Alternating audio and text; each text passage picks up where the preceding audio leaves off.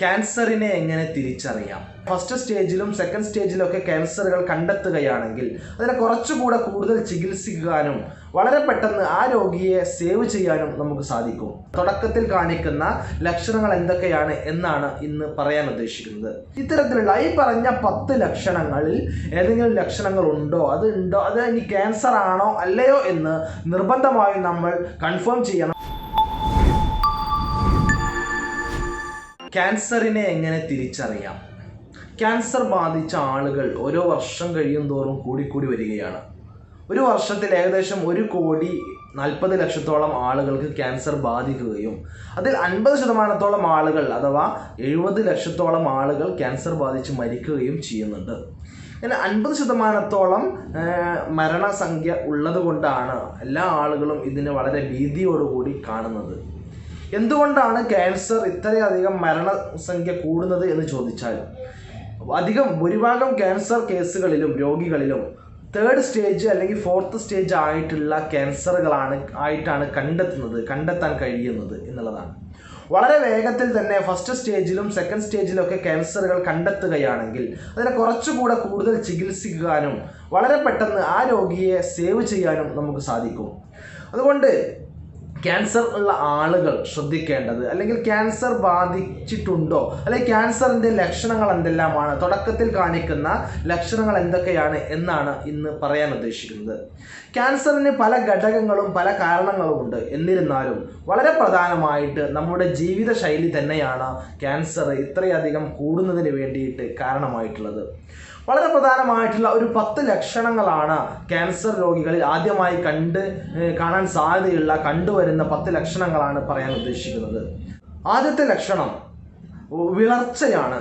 ശരീരത്തിലെ ഹീമോഗ്ലോബിൻ്റെ അളവ് നന്നായി കുറയുക. അകാരണമായി മറ്റൊരു കാരണവുമില്ലാതെ പെട്ടെന്നുണ്ടാകുന്ന വിളർച്ച, വളരെയധികം ഹീമോഗ്ലോബിൻ കുറയുകയും ക്ഷീണിക്കുകയും ചെയ്യുന്ന ഒരവസ്ഥ.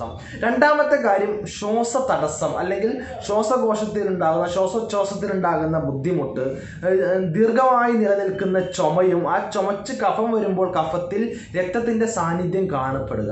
ഇത് എല്ലാം ഈ ഒരു ക്യാൻസറിൻ്റെ ലക്ഷണമാവാൻ സാധ്യതയുണ്ട്. അതുകൊണ്ട് ഡോക്ടറെ കാണിക്കുകയും തുടർ നടപടികൾ സ്വീകരിക്കുകയും ആവശ്യമാണ്. അതുപോലെ മറ്റൊരു പ്രധാനമായിട്ടുള്ള കാര്യം എന്ന് പറയുന്നത് അകാരണമായിക്കൊണ്ട് വളരെ പെട്ടെന്ന് തടി കുറയുക. സാധാരണഗതിയിലുള്ള ഒരു മനുഷ്യൻ വളരെ പെട്ടെന്ന് മറ്റൊരു അസുഖങ്ങളോ കാരണമോ ഇല്ലാതെ വളരെ പെട്ടെന്ന് തടി കുറയുക, അത് കാരണം വളരെ ക്ഷീണിച്ച് ഒന്നും ചെയ്യാൻ കഴിയാത്തൊരവസ്ഥയിലേക്ക് അയാൾ മാറുകയാണെങ്കിൽ നമ്മളിത് ക്യാൻസർ ആണോ എന്ന് ഉറപ്പുവരുത്തുന്നതിന് വേണ്ടി ഡോക്ടറെ കാണണം, നിർദ്ദേശങ്ങൾ തേടേണ്ടതുണ്ട്. മറ്റൊരു പ്രധാനപ്പെട്ട കാര്യം മൂത്രമൊഴിക്കുമ്പോൾ മൂത്രത്തിൽ രക്തങ്ങൾ ഉണ്ടാവുക, രക്തത്തിൻ്റെ പാടുകൾ മൂത്രത്തിൽ കാണപ്പെടുക എന്നുള്ളത്. അല്ലെങ്കിൽ മൂത്രമൊഴിക്കുമ്പോൾ കൃത്യമായി മൂത്രമൊഴിക്കാൻ കഴിയാതെ മൂത്ര തടസ്സമോ അല്ലെങ്കിൽ മൂത്രം ഉറ്റി വീഴുന്ന അവസ്ഥയോ ഉണ്ടാകുന്നതും അത് സംബന്ധമായിട്ടുള്ള ക്യാൻസർ ഉണ്ടാവാൻ സാധ്യതയുള്ള ഒരു ലക്ഷണങ്ങളിൽ ഒന്നാണ്. അതുപോലെ തന്നെ സ്തനാർബുദം, ബ്രസ്റ്റ് ക്യാൻസർ എന്ന് പറയുന്നത്, അതിലുണ്ടാകുന്നതാണ് സ്തനങ്ങളിൽ ഉണ്ടാകുന്ന മുഴകൾ. വളരെ പെട്ടെന്നോ അല്ലെങ്കിൽ വളരെ ചെറുതോ വലുതോ ആയിട്ടുള്ള മുഴകൾ കാണപ്പെടുക. സ്ത്രീകളാവുമ്പോൾ ഒരു 35 വയസ്സിന് മുകളിലുള്ള സ്ത്രീകളൊക്കെ ഇടയ്ക്കിടയ്ക്ക് സ്വന്തം സ്തനം എക്സാമിൻ ചെയ്യുകയും എവിടെയെങ്കിലും മുഴകളോ തടിപ്പുകളോ പാടുകളോ കാണപ്പെടുന്നുണ്ടെങ്കിൽ അല്ലെങ്കിൽ വേദനയോ മറ്റോ ഉണ്ടെങ്കിൽ ഡോക്ടറെ കാണിക്കുകയും അതില്ല എന്ന് ഉറപ്പുവരുത്തുകയും ചെയ്യേണ്ടത് നിർബന്ധമായിട്ടുള്ള ഒരു കാര്യമാണ്. അതുപോലെ മലദ്വാരത്തിൽ രക്തസ്രാവം ഉണ്ടാവുക, മലബന്ധം ഉണ്ടാവുക, അല്ലെങ്കിൽ കൃത്യമായിട്ട് മലം പോവാതിരിക്കുകയും അവിടെ ബ്ലീഡിങ് ഉണ്ടാവുകയും ചെയ്യുക. അത് തെറ്റിദ്ധാരണ പരമായി ഹെമറോയിഡ്സ് ആണോ പൈൽസ് ആണോ എന്ന് തെറ്റിദ്ധരിക്കപ്പെടുകയും ക്യാൻസർ കണ്ടെത്താൻ വളരെ ലേറ്റ് ആവുകയും ചെയ്യാറുണ്ട്. അതുപോലെ തന്നെ മറ്റൊരു പ്രധാനമായിട്ടുള്ള കാര്യമാണ് പ്രോസ്റ്റേറ്റിൽ ഉണ്ടാകുന്ന മുഴകൾ. പ്രോസ്റ്റേറ്റ് ഗ്രന്ഥി, പുരുഷന്മാരുണ്ടാകുന്ന പ്രോസ്റ്റേറ്റ് ഗ്രന്ഥിയിൽ മുഴകൾ ഉണ്ടാവുക, അത് കാരണം മലബന്ധം ഉണ്ടാവാം, അല്ലെങ്കിൽ മൂത്ര തടസ്സം ഉണ്ടാവാം. അത്തരത്തിലുള്ള ക്യാൻസറുകളും ഉണ്ടാവാൻ സാധ്യതയുണ്ട്. മറ്റൊന്നാണ് ആർത്തവ വിരാമമുള്ള സ്ത്രീകൾക്ക്, അഥവാ ആർത്തവം നിലച്ചു പോയ സ്ത്രീകളിൽ വീണ്ടും ആർത്തവം വരിക. അപ്പോൾ അത് വീണ്ടും ആർത്തവം തന്നെയാണ് വരുന്നത് എന്ന് തെറ്റിദ്ധരിക്കാതെ അത്തരം ഉണ്ടാകുന്ന ബ്ലീഡിങ്ങുകൾ കൺഫേം ചെയ്യുന്നതിന് വേണ്ടി ഡോക്ടറെ കാണിക്കുകയും എന്തെങ്കിലും യൂട്രസ് സംബന്ധമായിട്ടുള്ള ക്യാൻസറുകളോ മറ്റോ സെർവിക്കൽ ക്യാൻസറുകളോ ഉണ്ടോ ഇല്ലയോ എന്ന് കൺഫേം ചെയ്യുകയും അത്യാവശ്യമാണ്.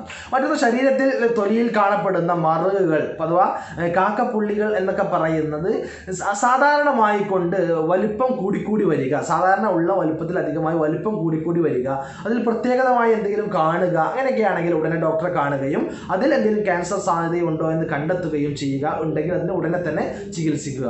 മറ്റൊരു പ്രധാനപ്പെട്ട കാരണമാണ് നമ്മുടെ വായ്ക്കകത്ത് മൗത്തിൽ അകാരണമായിട്ടുള്ള മറ്റെന്തെങ്കിലും ചെറിയ ചെറിയ പാടുകൾ ഉണ്ടാവുക, അല്ലെങ്കിൽ മാറാതെ നിൽക്കുന്ന 3 ആഴ്ചയോ 4 ആഴ്ചയോ മാറാതെ നിൽക്കുന്ന ചെറിയ ചെറിയ മുറിവുകൾ ഉണ്ടാവുക, കളർ മാറ്റം ഉണ്ടാവുക, വായ്ക്കകത്തോ തൊണ്ടയിലൊക്കെ കളർ മാറ്റം ഉണ്ടാവുക, അല്ലെങ്കിൽ തൊണ്ടവേദന ഉണ്ടാവുക, അല്ലെങ്കിൽ തൊണ്ടയിൽ നിന്ന് ശബ്ദത്തിനുള്ള ഇടർച്ച അല്ലെങ്കിൽ ശബ്ദം വളരെ മാറി മാറി വരിക, ഇതെല്ലാം വായു സംബന്ധമായ ക്യാൻസറുകളുടെ ഒരു ലക്ഷണമായിരുന്നു വരാം. അതെല്ലാം ഡോക്ടറെ കാണുകയും ഉറപ്പുവരുത്തുകയും ഇത്തരത്തിലുള്ള ഈ പറഞ്ഞ 10 ലക്ഷണങ്ങളിൽ ഏതെങ്കിലും ലക്ഷണങ്ങൾ ഉണ്ടോ, അത് ഇനി ക്യാൻസർ ആണോ അല്ലയോ എന്ന് നിർബന്ധമായും നമ്മൾ കൺഫേം ചെയ്യണം. ഡോക്ടറെ കാണണം, ഡോക്ടറെ കണ്ട് തന്നെ കൺഫേം ചെയ്യുക.